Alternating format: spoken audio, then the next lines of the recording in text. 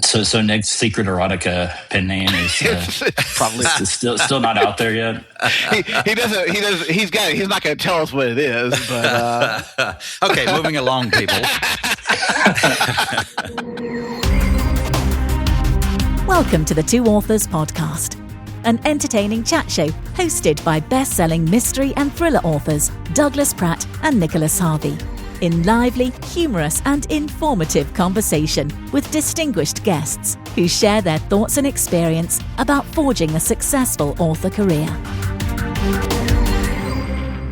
welcome to this week's show, brought to you as always by our favorite formatting solution, the best in the whole wide world, Vellum. Vellum. Gotta love Vellum. I can't tell. I see people all the time on Facebook, especially emerging authors and stuff, asking, "Hey, how do I format my book?" And I'm amazed by people who are like, "Don't know Vellum." I'm like, just go to Vellum. It's great. One of the things I've been using lately is because when you have so many books like we do, you start formatting them. I don't want to go repeat myself. You can actually go, and I think it's you just right click it or whatever, but you can take a feature and copy it and basically reuse it in the next book. So if you have like an end of book material, like also by, it's so easy. Yeah, I just recovered my Nora Summers series. And so I updated the back matter a little bit, and I actually changed where I put the bonus feature things in the back of the book. So the link changed and a series of things changed. So then once I've done the first one, I just drag across all the others and reuse the back matter pages so it's all consistent across. Super, super easy to do. Also, a big thank you guys to all of our Patreon supporters. We very much appreciate you. And if you guys feel like you get any value from this show, we would really appreciate you supporting us over at patreon.com/the2 authors podcast. You can just search us on there.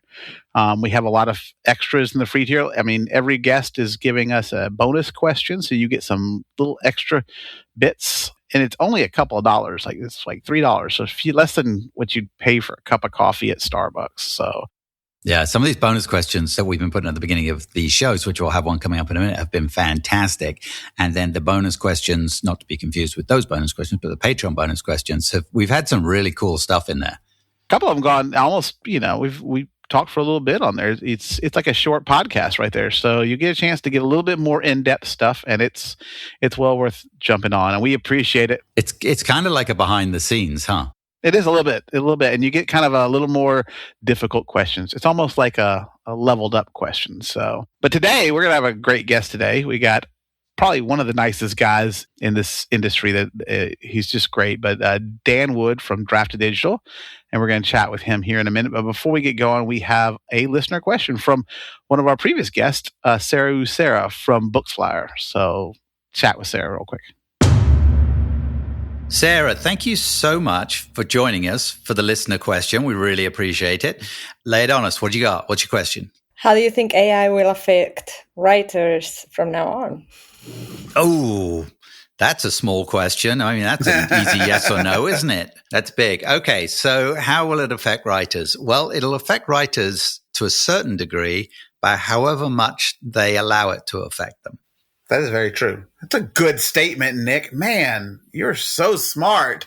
I'm done. Wow. Mic drop. You're up, Doug. That was too generic a question. I think people currently, and we've kind of talked about this a little bit before off air, but I think currently people give AI a lot of credit, and especially people who don't understand it. But there's a lot of it's a tool. It's like carrying a hammer around. So you can use a hammer to prop a door open, or you can use a hammer to nail a nail, but it's got its purpose, and it's to nail a nail. So I think that you can use an AI for the same way. I like what AI can do, but I'm also aware of what it can't do. And I think that's one of the things you have to kind of be to know. So like for me, I used it for ideas. Sometimes I personally don't believe you can actually write a book with it. So not without a lot of work. And we've talked about this, I think, with Kevin McLaughlin, a few other people who've said the same thing, that it's doable, but it's going to take a lot of work for it. And I do like it for helping me with my first pass for my writing. And I was telling you guys this a minute ago. I'll go into Chat GPT or Gemini, depends on which one I'm using it at the timer, which one's working better, because both of them can be a little bit squirrely. And I'll load a section in there and ask it simply to look for comma errors, tense errors, typos.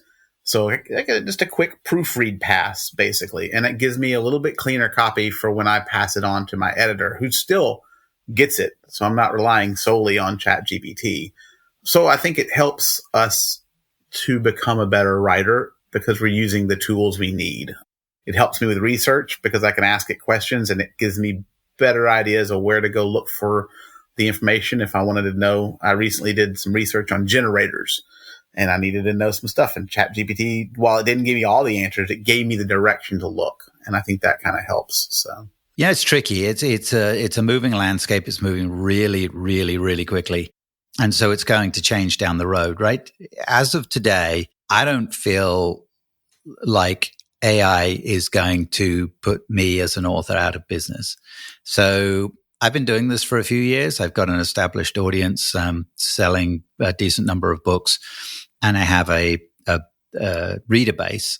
So if I was starting out today, I would probably be more concerned about the situation because I'm trying to find my way. I mean, we're all still trying to find a way, right? Where, one man's floor is another man's ceiling. I'm trying to be a bigger author than I am at the moment and grow and get more audience. But when you're starting off from ground zero, I think it's a bit more of a concern that, am I competing against AI books in the marketplace? Right now, as we sit here today, no, not if you write a good book.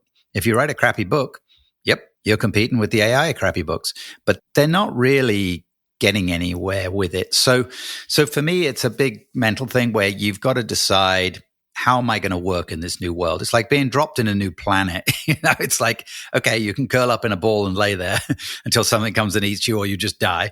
Or you get up, walk around, see what you can, see how you can deal with it.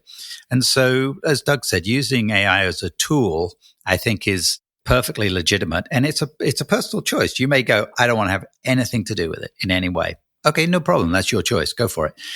We're using it at different levels. I use it similar to the way Doug does. I won't allow it to make any changes to anything I've written, but I ask it to do a quick proofread through.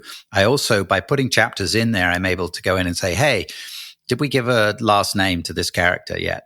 No, we didn't. Okay. It's just saved me searching back through all the, it saves some time. And then for a research tool, it's great.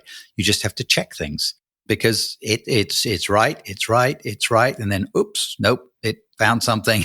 It's searching the internet. And this is one of the problems. This will be an interesting problem down the road. And I think somebody else brought this up, and it may have been Kevin when we were talking to him, is the further on we go, the more stuff that's online is going to be AI generated. So AI is searching its own stuff. So the less it has factual, I use the term loosely, factual news articles to research, and the more it's searching stuff that has been put out there by AI generated, it's kind of like this snowball effect, right? Like, is it going to go off into this fantasy world in 10 years' time where it's just searching stuff that AI made up for itself? So kind of interesting. Another thought, though, like I recently talked to somebody who was like, I will never use AI. And I'm like, I wonder, and my thought is simply, it's a little short-sighted because you don't really know what it's going to do. But that'd be like back in the day when they invented elevators going, I'm never taking an elevator because I'm scared of elevators. I'm just going to walk the stairs up. I mean, at some point, elevators are still here, And they're using it. And unless you walk to the store and buy everything from there, and you never buy anything on Amazon, and you never do anything on an Apple product, then maybe you're not using AI. But otherwise, or Google. No, at this point, Gemini's on Android too, so you're pretty much using it everywhere. So absolutely, yeah, you're using it somewhere. Us. Oh my God, yeah! Just with your smartphone, that's already enough proof of that. Exactly. Did we somewhat answer your question there? It's a big question for sure. It is a big question though, but yes, you did. Like in the end, there's always the fear of, like everyone has, of when you're writing your first book, especially, writing my first book, I'm like, how much should I actually get into it? Because I don't want it to influence me or whatnot. Obviously, I always say, just keep my own style. I don't want to change it. The first editor I'll go to, they'll probably just like hit me a couple of times and say, your writing is terrible, and I'll just have to go through it. Look, Nick tells me that every time he reads one of my books. He's like, "This is the shittiest writing I've ever read." I do not. He doesn't use that word. He uses some British term, so I don't know. No, Doug's a brilliant writer, and it'll be very exciting. I want a beta copy of your fantasy book when it comes out. Yeah, at least I've already gotten the habit of it. I always got the habit, but then I changed the way of learning about it quite too many times, because then I wrote up to 30,000 words and I didn't like it because it wasn't consistent. And I'm very picky with like how a book can be consistent. Exactly. Like everything needs to be consistent. Plots need to be closed. Subplots need to be closed. And so I've been changing a bit. And Brandon Sanderson has these fabulous lessons online on YouTube, and then I've learned quite a bit from them. He's the guy to listen to, so awesome. He kind of knows what he's doing. So there's been, brilliant. It's Sarah. Thank you so much for joining us. And this is Sarah from Booksflyer, a wonderful Amazon tool for tuning up your ads. So thank you for being on our Patreon, and thank you for your question. Welcome to the show, Dan Wood over here from Draft2Digital. So great to have you with us today. Thanks for having me. No, we're excited to talk to you. So chat a little bit. Like, can you give us a little overview, just a quick overview for people who don't know anything about Draft2Digital, especially some of the Kindle Unlimited authors who aren't wide, kind of what Draft2Digital is and what it does for people? Yeah. So the big scary word for Draft2Digital is an aggregator. What all that means is just that we've worked out the deals to get your books into a lot of different systems out there in the world, like retailers like Barnes and Noble and Apple, Kobo, who's a big bookseller in Canada, and then some in Europe that you probably never heard of. In addition to the retailers, which if you're in KU, then you can only be in KU on retail side. We work with library services. That's something new that you can, as KU author, now participate in. All of our distribution is opt-in, so you get to choose exactly where we send your book. So you don't have to send it to someplace you don't want it to send, or if you go there directly.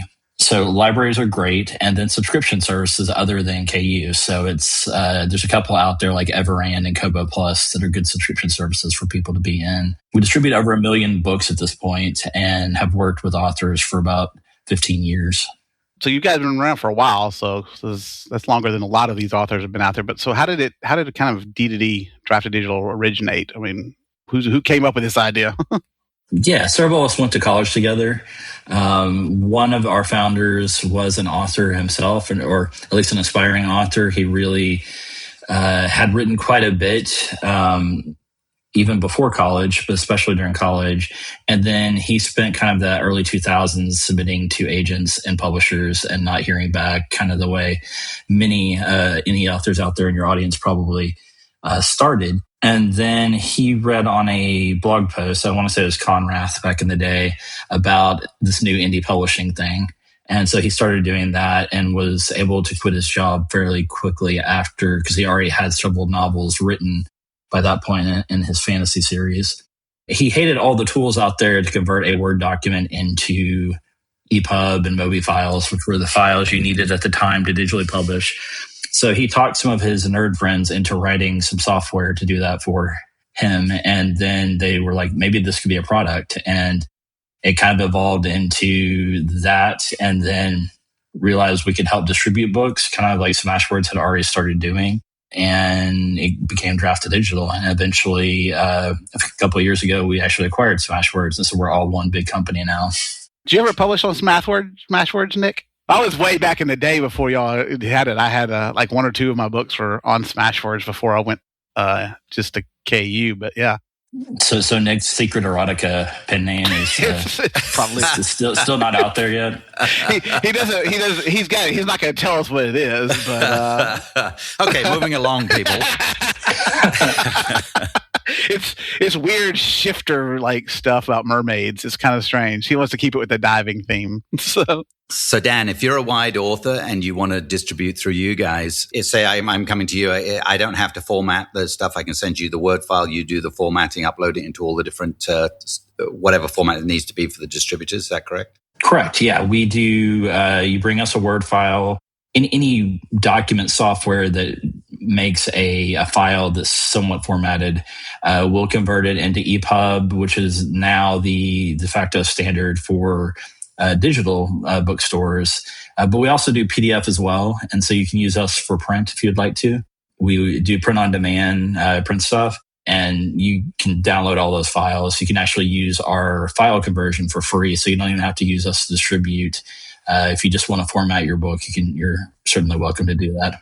That's kind of how I found you guys at first, was using because way back, like you said, back when I started doing mine in 2011, which has been a long time now, I was formatting in Word, which was enough to make me want to hate what I did for writing. I was like, this isn't worth it every time. But I found Draft2Digital and did their free formatting tool, which has been great. For people now, while we love Vellum because they do support us here, but I do for people who aren't willing to jump on buying the Vellum and having to get a Mac or anything, I send people to Draft2Digital a lot to say, hey, they got a great tool. So I think everyone should try out we have a free tool and Reedsy have a free tool, and they're wonderful. They're not going to have all the bells and whistles of Vellum, and most of my good friends are all using Vellum as well. So we're big fans of them. But especially if you don't have a Mac, you should definitely check out the free products out there.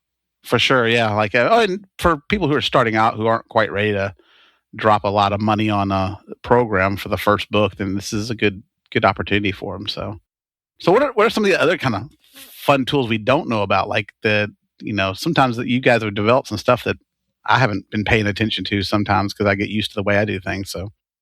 Yeah, we do a lot of different stuff. So distribution is our main bread and butter. So just helping you get your book out there. We don't have any upfront fees or anything around that. Just if your book sells, we keep a commission it's 15% of net right now. We help with print on demand. And so the distribution is largely going to be ebooks, print on demand. So we can help get your book out there and available at anywhere the Ingram network goes. So bookstores, libraries can order from it. Amazon can order from it.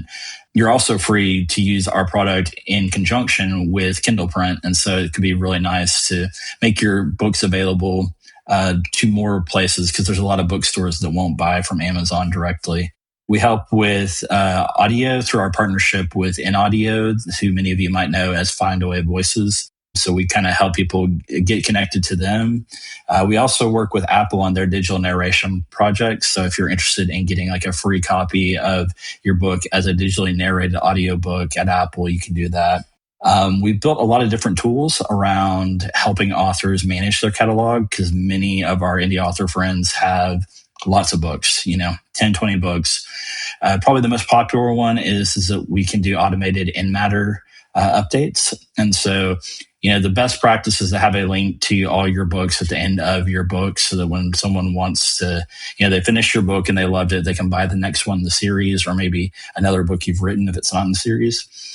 We automate that so that once you upload a new book and we get the links back from all the retailers, we update all of your previous books so that they're always current, because that can take 30 minutes to an hour for some authors to upload to all the different vendors with.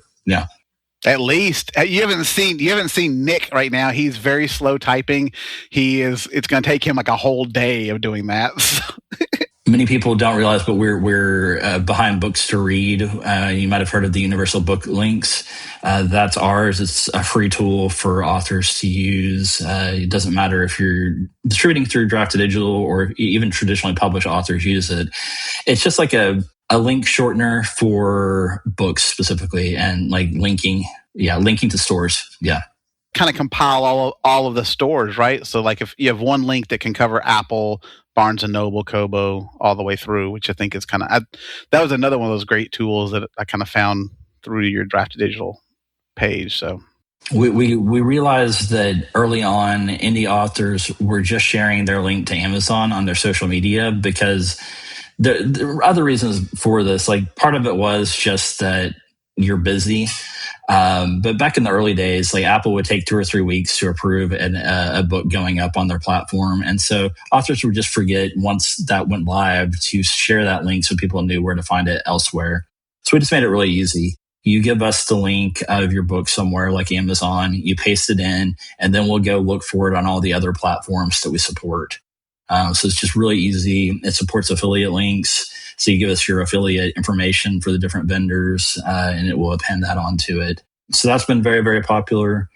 We're also behind author email. It's a service that Nick Thacker started and became part. We acquired it, and he has been working with us for a while. And that's kind of aimed at providing an option for authors to have an email list, because that's definitely one of the best practices out there. That's not as expensive as what MailerLite and MailChimp and some of the other big players have become, because authors use email in a different way than most small businesses and don't need to send out emails that frequently. And it's good for authors to maintain, not to be constantly having to prune their lists to stay under kind of an arbitrary number. Otherwise, they get charged quite a bit. It's a pretty affordable amount. I mean, I used them early on too, before you guys acquired them. But yes, I mean, for people again starting out, I think it's a great thing to kind of get going and get on, because you can, when you only have 1 or 2 books out, you don't have a lot of money to advertise. So yeah, with Flowdesk now going to the same levels, they were a one price fits all, and now they've gone to the tier based on the number of subscribers as well. So that would make that's your system the cheapest available out there, I would imagine, especially as your list grows. So that's great. Yeah. And so we've been programming on that and trying to build that out to have all those features you need for different ways that you advertise and use your email lists. I mean, if we have problems, do we have to talk to Thacker though? Because he's not. It's a mix of different people on our team that help support it. Yeah, okay, he's a little bit of a mess. Yeah. Can you get his email from jail? I'm not sure. Love you, Nick. What else? Oh, Smashwords. So with the acquisition of Smashwords, we just finished migrating all of the authors off of their distribution platform, because they used to also distribute. So Smashwords is now just focused on being a store, and it's kind of the preeminent store for extremely active romance, as Mark Lefebvre once would say about erotica. Extremely active. And so if you're writing in the spicy realm, it sells a ton. It's got a lot of readership in that realm. It also, you can distribute any books. And we sell books, and like right now we just have an ongoing sale it's kind of our end of year sale that just kicked off, and it's been very big. Like every year those sales have been growing, and the sales at Smashwords have been growing. So just another place to get your book distributed. We don't have as many rules and regulations as the other retailers do now. So it's kind of a home for some books that would otherwise not have a place to sell, at least at the retailer level, where you just have to sell them direct. My flamingo shifting novels and stuff can go in there. Yes, we are there for you. Mermaid erotica is all over it. So yeah. It's gotten complicated to talk about everything we do, because we have so many different things. We also have the last one. I swear, this is the last one. No, that's great. Bookcovers.com. We acquired, I think it was called self-publishing bookcovers.com originally. The owner was wanting to retire, and so someone that we had known for about a decade, and so we acquired that site. We've kind of rebranded it because we were able to get bookcovers.com, which we think is easier to spell and you type into your thing. And so Nick has also been working a lot on that, and it's just a cheaper place to find great book covers. Like cover artists go there, they upload a basic cover design, and then you can buy that. Generally, most of them are somewhere in the $50 range. Some are less, some are more. So these are like pre-made covers, or are they right? Pre-made covers. Can you do custom covers there as well, or no? Yeah, you can, and they can kind of help you with, the cover artist can help you with figuring out, once you buy a cover, how to do the typography and all that good stuff. So we're excited about that. It's kind of been like one of our newer projects, so we've been working on in the background. And I'd say that and author email, we haven't been advertising as much, but those services continue to evolve, and we're glad to see them, and just try to help authors have more options out there and less expensive options. That's kind of great. You know, 'cause there's so many people out there nickel and diming the authors on everything. So, what do you think is the most underutilized feature on Draft2Digital? Something people don't realize you do, which is a big list of stuff, actually, that you just went through. I didn't realize you did. Definitely the in-matter updates are one of the big ones that I wish more people would do. The other one is, and this is kind of on purpose, we don't advertise like in general, like on our website about our promotions list because we can't get every book promoted. We have to kind of do a little bit of curation to what we send out. But we talk about it a lot at conferences because we know the people that go to conferences are trying their best to make a career out of this. We talk about it on podcasts because generally the people that really are trying to make this work are listening and they're furthering their education and trying to stay up to date with everything. So we have a promotions list. You can contact our customer support team and ask to be added to that. Basically, we have Megan Spann is on our team full-time. She works with the retailers to try to get books promoted. Those promotions are free to you. Like you don't have to pay to participate in them. If your book qualifies, we send you an email like, hey, this current promotion is going on at Apple or Kobo or at Overdrive. We let you know what the terms and conditions around it are. Many of these will ask you to lower your price for like a week or so. And if you agree to do that, then you can set that up on our website. We have tools so you can schedule a sale in advance and then it returns to the normal price. But those promotions are such a good tool.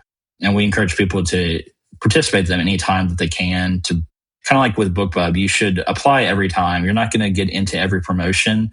But when you do, those can be a great way for a new group of readers to discover you.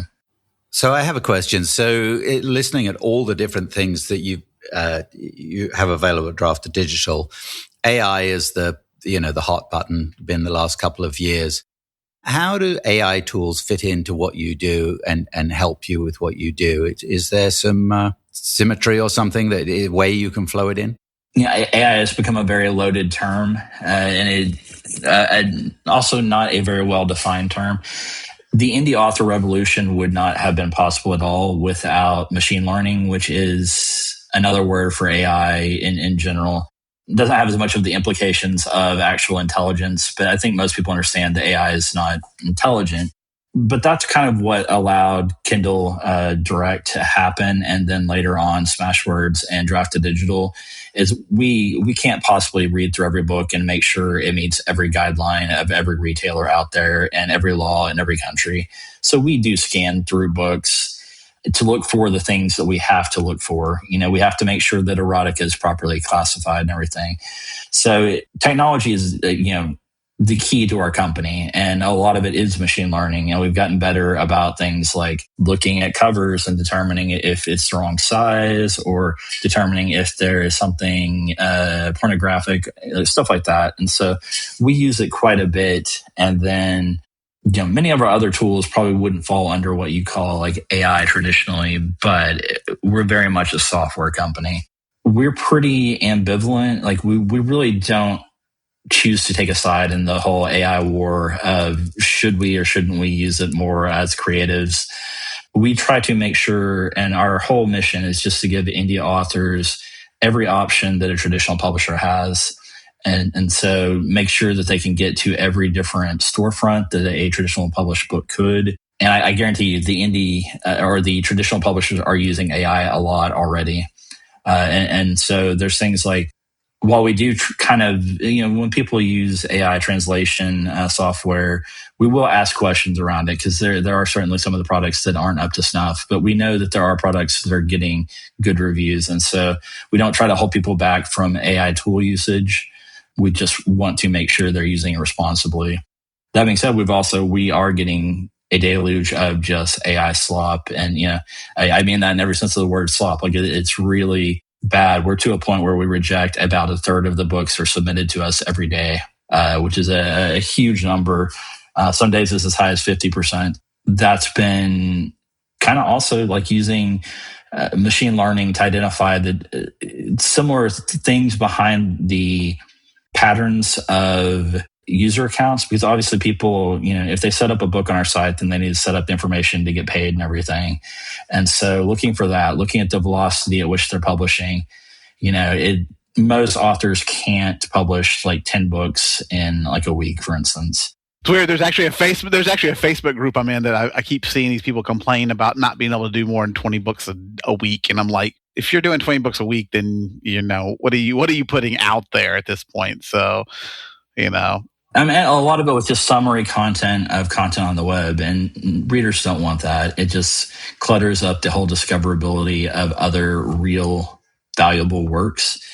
And so we also, like Kindle did a few years ago, we added a daily upload limit. We look at accounts and make sure if they're uploading just too many books, or if you're uploading nonfiction and you are uploading books about computer programming and cooking and psychology, odds are you're not going to be an expert on all those things. Especially if you're releasing them like 3 books a day. And so, I mean, I like to dabble in both like French cuisine and motorcycle maintenance. Yes. So like I might want to do both. So we definitely, I think, like many of your listeners, we have a love-hate relationship with AI. There are things that we think it's great for.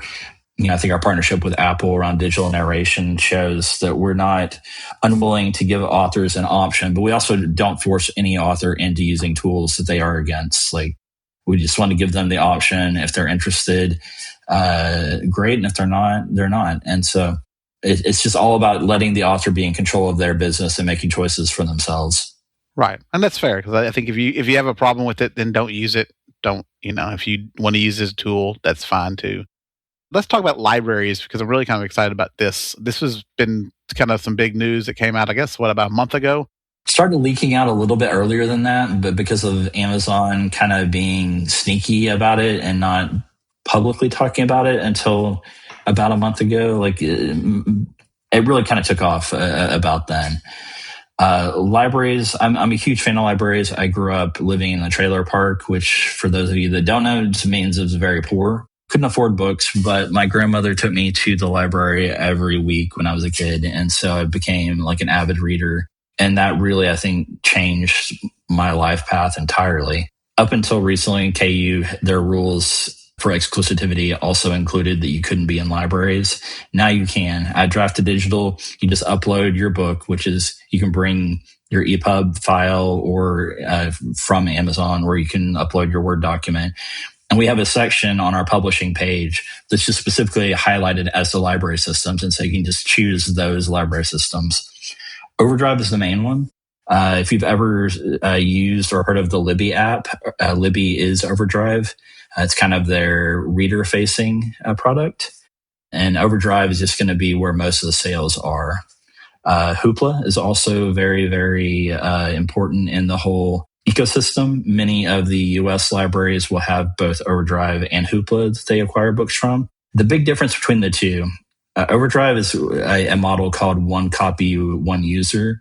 And so it kind of treats an ebook like it is a physical book in the library. And so if I have a book checked out and Doug wants to read it, he's got to wait until I check it back in before he can check it out. When books are very popular and have a long hold time, library systems will buy multiple copies so that they can have kind of like they would with a physical book. So they can have 10 copies they can loan out at one time if they buy 10 copies. Traditional publishers tend to charge somewhere around $90 for ebooks. And after the library loans it out a certain number of times, then the library system has to repurchase it to loan it out again. With the indie contracts, we all felt like that wasn't terribly fair to libraries, especially with some of the budget problems they have. And so we sell them in perpetuity. And so the library system, once they acquire it, can loan it out indefinitely with that one copy, one user model. But it is still limited by how many people can check it out on how many copies they purchased. So within pricing of that, it does mean you should have your library price. That's a separate thing on our dashboard. You want to have a separate price for retail. Yeah. And then typically we've, in the past few years, recommended between 2 or 3 times your retail list price, but it can go higher than that because the librarians are used to being charged quite a bit more for that. So kind of doing your own research around that and looking like within your peer groups of what people are charging in your genre. There's a little bit of opportunity there to kind of go with different price points. I feel like stuff around like $29.99 is starting to catch on more and more. It sounds expensive for an ebook, but it really is a deal to the library systems versus what they are paying out for some of the traditional titles.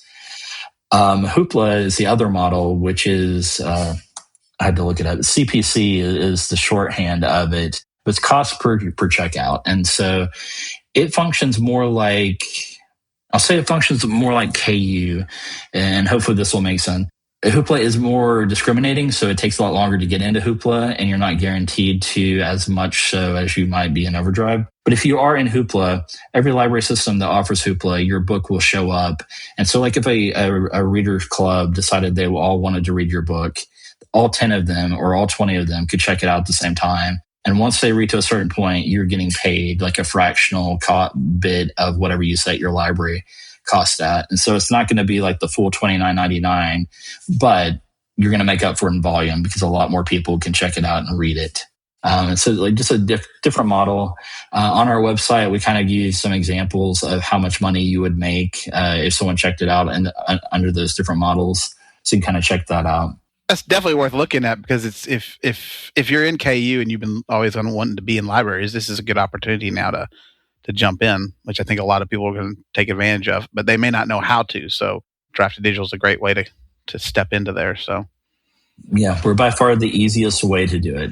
And the library has the choice of purchasing it, but generally speaking, for most indie authors, it's going to be somebody goes into the library and says, "Hey, can I get this book?" Right, and then the library decides whether they want to purchase it or not purchase it at that branch. Most of the library systems can have a website where you can request titles either in print or an ebook. And so you definitely let your readers know, like if they're interested, especially, sometimes when you get those heartbreaking emails from someone that just can't afford to buy your book, let them know that they can request it at their library and then they'll be able to check it out through the library for free if they acquire it. I definitely utilize the library here. Right now I'm in Texas. Whenever I'm like checking out a new author, I'll generally check them out on the library first. And then if I love their books, then I'll buy them. But it's just such an easy system. And you can check out audiobooks in Libby. You can check out ebooks. It's fantastic. Question was just kind of a question we ask most authors, but for businesses, what do you think is the business superpower that Draft2Digital offers? The business superpower. I think that we made a choice a long time ago to be a part of the community rather than in every way that we could to try to be a part of this community. And so you'll see us out at conferences probably more than anyone else. And we're really trying to listen to authors and make our decisions based on what authors are wanting.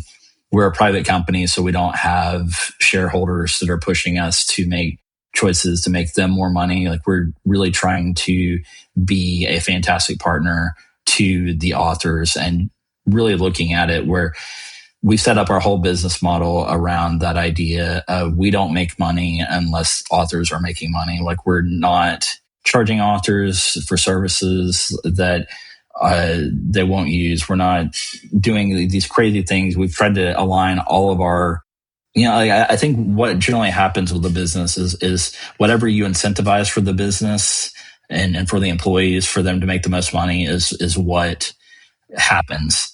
And so we've tried to align ours exactly with authors. We don't have subscription fees because we think people, most subscription services make their money off people forgetting they're paying the subscription. We didn't want, we did not want that. We wanted it to be an active relationship. And as part of that, we have great customer support. That would probably be my second answer, is just how good our customer support is. Well, that's true, because I had a problem and you guys fixed it super quick a couple months ago. So yeah, it's amazing. Yeah, that's all via email, but we try to make sure we have people. At this point, we go to conferences all over the world, and we try to give our author partners a chance to actually meet us in real life and tell us what is the problems they're having in their business, and we try to find solutions for that. And I think because one of the things that I've used it for recently is because I am in KU, I was like, well, I don't really need Draft2Digital because I'm not wide, but I started doing my pre-orders wide. And when the first time I did it, I tried to do it every one of them. I was like, I'll just do it. No, it's so much easier just to go into Draft2Digital, one click, and it just populates everything. So, I let it go pre-order wide, and then when it's ready to go live, I take it down and throw it in Kindle Unlimited, and it's a slow build for the wide audience, but it's a little bit better than just kind of jumping straight out of KU and into wide. It's a good way to kind of start that. It's great because a lot of KU authors don't realize that there's like readerships that have never heard of them, probably because they've only ever been in KU. And so, like with any brand, the more often people see your name, they're going to get comfortable with it and eventually buy. And so, laying some of that seed work or foundation early is really good strategy. And like I know a lot of authors now that have very big catalogs, that are kind of, if a series starts to kind of peter out in KU, they're moving it wide. And if it's not selling many wide, then they move it into KU. And I think that is a really great thing to do, to kind of just cycle content in front of different readers. It makes it easy to pop in and out. So like if you are doing it, I think Draft2Digital is a great thing. Well, Dan, thank you so much for hanging out with us and chatting. It's always fun to chat with you. I think I said you're the nicest guy in publishing, in my opinion. So that's just nicer than Nick by a long shot. He's kind of everyone's nicer than Nick. I'm not sure. I feel like Mark Lefebvre might be the nicest guy in publishing. Mark is pretty nice. Yeah, he's awfully nice too. I think I'm the nicest guy with hair still on my head. Oh, okay, yeah, perfect place to end right there. I feel attacked all of a sudden. Yeah, you got caught in the crossfire there. All right, Dan, thank you so much. We really appreciate you joining us. Thank you.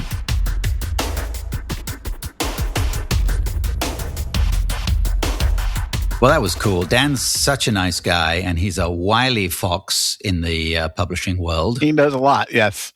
Yeah, and honestly, I got to be honest, I didn't realize quite how much stuff Draft2Digital did do, which is on me, because I've chatted with Dan, seen him at conferences and everything else. But you're actually, I haven't used the service. I'm going to, because now on my list is the libraries, distributing through the libraries. Yeah, that's brilliant. I knew that was happening, but we've been on this big traveling thing and going, New Zealand and what have you. So, well, and it's a little time consuming to, like you said, you've never uploaded to upload your books, but it's not ridiculous. Like Dan said, it's a lot of copy and paste. You've already done it for KDP.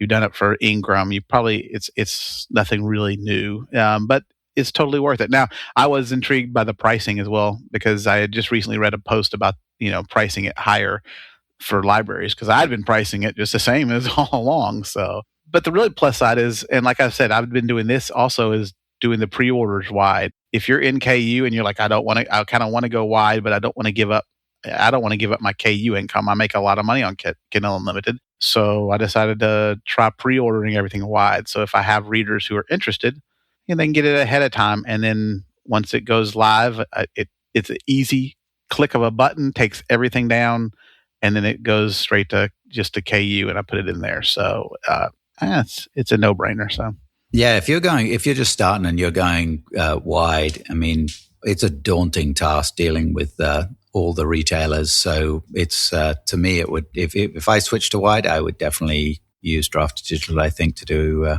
my distribution. It's worth that little fee to have them handle all that stuff. It's so time consuming. Because there's so many of them. And honestly, the reason I jumped on them right off the bat was there's a couple of them, and I won't even mention their names, but they're very hard to upload to. It's not quite as easy as KDP. And so by going to Draft2Digital, they do all that work for you.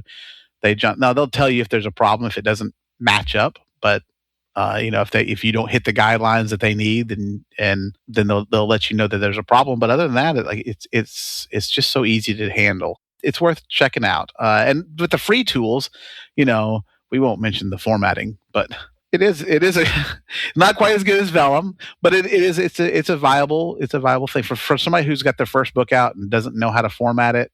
Then that's a great place to go. I was using those user links long before, because you get those universal links. It covers all of your stuff. I think it's well worth doing. So yeah, and you can still use Vellum to format and then give that the EPUB file to them, so you can make it look how you want. Yeah, brilliant. All right, well, thanks everyone for joining us. Happy holidays. And big thank you to our Patreon supporters. And if you would like to think you get value out of the show, then please go ahead and support us on patreon.com, the Two Author Podcast. And always big thanks to Vellum. Absolutely, really yes. appreciate those guys. We love the Brads. And the show. We love the Brads. So there'll be links to Draft2Digital, Sarah's Books Flyer, Vellum, Tryvellum.com. Yes, yeah. All that stuff in the show notes, so check that out. And we'll be back next week with a new show. Until next time, be cool to each other. Fair winds and following seas. You've been listening to the Two Authors Podcast with Nicholas Harvey and Douglas Pratt. Subscribe on your favorite platform for new shows coming every week.